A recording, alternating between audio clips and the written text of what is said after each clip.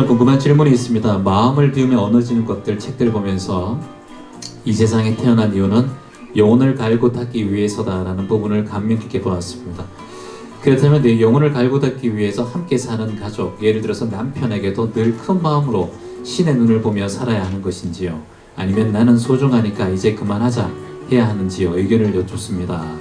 영혼을 갈고 닦기 위해서 이 세상에 태어났다. 이게 어떤 뜻일까요? 이게 보이죠?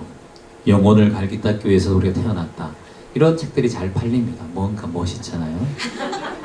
근데 저는 이런 걸 별로 안 좋아합니다. 저는 어릴 때부터 이런 말이 나오면 파헤치기 시작합니다. 이게 무슨 뜻인가?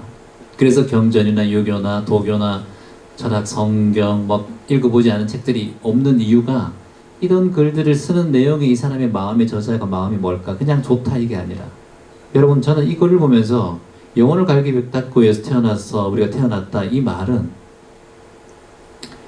이 세상에 태어난 이유를 물었을 때 우리가 대답했다라고 생각하지만, 이 영혼을 갈고 닦기 위해서 태어났다, 아까 방금 말씀하셨잖아요. 선택, 그걸 알고 난 다음에 그 이후에 어떻게 하실 것입니까? 그게 가장 중요한 거예요. 내가 이 책을 보고 어떻게 느껴서 내가 생활 속에 이것을 들어가느냐, 책에 좋은 단어가 아니라 내가 이걸 생활 속에 들어가야 돼. 이게 바로 생활 속에 들어가는 귀점 명상의 방법, 해법인 거예요. 이 글을 보고 내가 선택을 하면, 그러면 어떻게 선택을 받을 것인가? 선택에서 다시 한번 들어가는 거예요. 선택을 할 것인가? 여기로 들어가야 돼요. 세상의 선택을 받을 것인가? 내가 선택을 할 것인가? 내가 선택을 해야죠. 그렇죠. 네. 그게 주인이 돼야죠. 네. 내 삶의 내가 주인이 돼야 됩니다. 자, 그러면 내 삶의 선택을 하는 주인이 내가 어떤 선택을 할 건지, 그것은 우리가 현명하게 항상 알 수 있을까요? 모를까요? 어렵습니다. 똑같은 남자를 만나요. 25살에 결혼하신 분들이 연애를 해요. 이 남자가 잘 살지, 이 남자가 잘 살지 3년을 살아보고도, 동거를 해보고도 결혼하고 헤어지는 경우도 있습니다. 잘 몰라요. 이게 우리가 선택의 결정을 하는 결정 장애가 많은 분들이 현대인이 생기는 이유예요. 망설이게 돼요. 사업을 할 때 똑같습니다.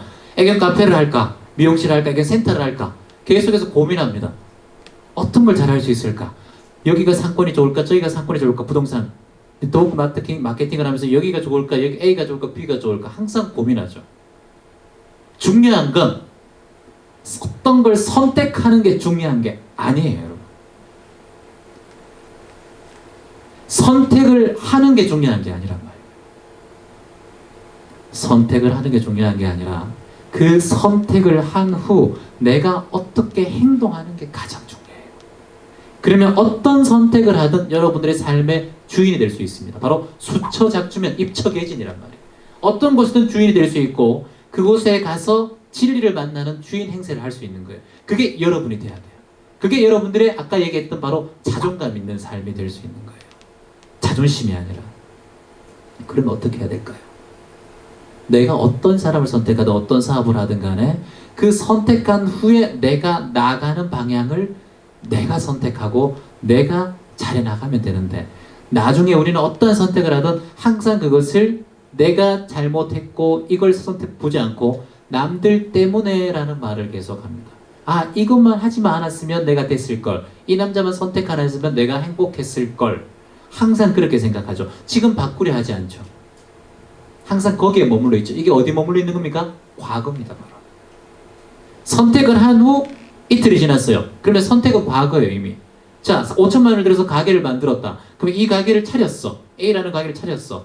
미용실을 차리고 어떤 핸드폰 가게 할까, 옷 가게 할까 하다가 내가 어떤 가게를 차렸어. 이미 선택했어요.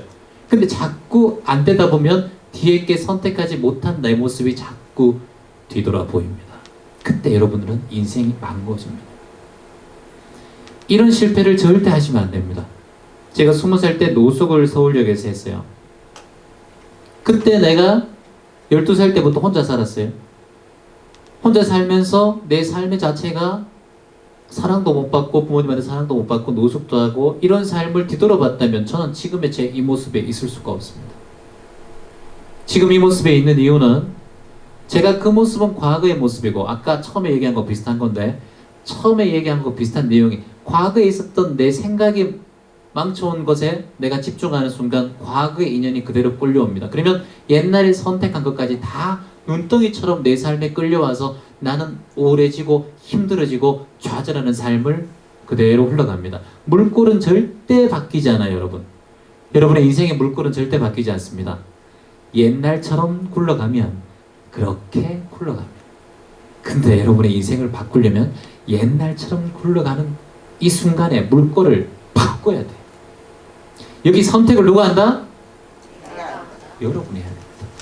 여기 선택, 과거에 남자를 잘 만나서 사업을 실패해서 5억을 까먹었어, 1,000만을 까먹어서, 이게 중요한 게 아니라 지금 그런 후회를 하면 똑같이 눈덩이처럼 더 커진 삶을 살아간다니까. 힘들고 어려운 삶을 여기서 딱 바꿔야 된단 말이야. 이 현실 시점에서 그걸 내가 해야 된단 말이야. 절대 과거는 지나갔어요. 미래는 오지 않았고 지금 이 순간만 집중해야 됩니다. 지금 이 순간, 살아있는 이 순간, 내가 삶을 선택할 수 있는 자격은 이 세상에 아무도 없어요. 여러분의 삶을 선택할, 그거는 예수도 못했고 붓다도 못했고 공자도 못했고 소크라테스도 못했어요. 자신의 삶을 선택할 수가 없어요. 소크라테스도 독배를 마시고 죽었어요. 악법도 버기다면서 먹고 죽었단 말이에요. 붓다도 춘다가 준 밥을 먹고 마지막에 속에 위장병에 걸려서 죽었어요. 자신의 삶을 어떻게 할 수 없어요. 예수님도 십자가에 못 박히면서 저들을 용서하세요 하느님이시여 얘기하면 돌아가셨단 말이에요. 자신의 선택할 수 있는 게 아니란 말이에요. 근데 그분들은 그때 자유로울 수 있고 지금 이 시대 성인으로 남아있는 이유가 뭘까요? 바로 그때 그 상황에 살아있었기 때문에, 그때 그 상황에 그걸 후회하지 않고 대장장이 춘다가 준 그 밥을 먹고 붓다가 죽었는데 죽기 직전에 누구 걱정을 했냐면은 그 춘다 걱정을 했잖아. 춘다가 얼마나 슬퍼하느냐, 내가 죽는다고. 그러지 마라. 춘다가 준 공양은 내가 눈을 감기 전 마지막 먹은 가장 위대한 공양이다라고 얘기했다. 십자가 예수님 박히시면서도 저들은 아무것도 모릅니다. 못 박는 그 친구들을 통해서 저들을 용서하세요라고. 이게 후회하고 왜 주여 내가 나를 죽이는가? 왜 춘다 그놈 내 죽고 난 다음에 같이 죽여? 그렇게 얘기하지 않는단 말이에요. 과거와 미래에 살지 않는단 말이에요. 그때 그 상황에서 가장 큰 나눔과 보시를 할 수 있는 마음을 낸 그 성인들이 지금 여러분들이 공부하는 진리와 가깝다는 거예요. 물론 그 진리도 바뀌겠지만 여러분, 과거에 살면 안 됩니다. 선택하는 건 어떤 걸 선택하든, 죽음을 선택하든, 어떤 사업을 선택하든, 연인을 선택하든, 사랑을 선택하든, 이별을 선택하든, 어떤 것이든 그 순간에 가장 감사하고 하면 내가 죽고 싶은 마음도 생기지 않아요. 그리고 내가 눈을 감고 내 스스로 삶을 마감한다는 건 내 목숨은 내 것만은 아닙니다. 착각하지 마세요. 여러분의 목숨은 가족이기도 하고 주변의 사람일 거도 합니다. 그래서 자살 유가족이란 말은 친구, 직장 동료, 가족 다 포함됩니다.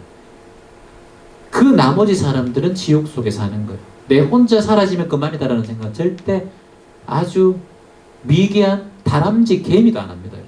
그걸 왜 만물의 영장인 인간이 하냐면, 여러분 오해하지 마십시오. 개미가 무겁다고 맛있는 거 과자 끌고 가면서 오래 진짜 그러지 않는단 말이에요. 물론 개미 생각을 본 적은 없어. 근데 열심히 살고 있어. 그처럼 여러분들 만물을 휘어잡는 우리 영장인 인간이란 존재가 얼마나 위대하고 대단한 존재인지 자신이 자신을 믿고 자신의 삶의 선택의 주인이 되는 입척해진 수처자쯤은 되면, 주인이 되면 이 삶은 너무나 감사하게 돌아갑니다. 그때 여러분의 무한한 끌어당김의 힘, 꿈을 끌어당기는 힘, 그런 것들이 끌려오게 됩니다. 그게 여러분이 말하는 잠재의식의 힘입니다. 바로 희망의식의 힘입니다. 그것은 어떻게 해서 끌어올리느냐? 여러분이 지금 이 순간 과거에 머물지 말고 어떠한 경우도 어떠한 상황이 오더라도, 내가 힘든 상황이 오더라도 과거에 머무는 순간 그것은 지옥으로 갑니다. 절대 그러지 마세요. 이게 여러분 마음의 원리입니다. 지금 이 순간. 언제요? 지금? 지금? 지금 이 순간 알아차려야 합니다. 지금 이 순간 깨어있어야 합니다. 오케이? 박수 한번 주세요. 최초만의 귀점 영상을 시청하는 방법 아래 버튼 누르고 구독하기 그리고 알람 받기 꼭 누르세요. 귀점 영상을 구독하면 매일매일 모든 것이 좋아집니다. 좋아요 구독은 기본이에요. 이 꼬리 올리세요.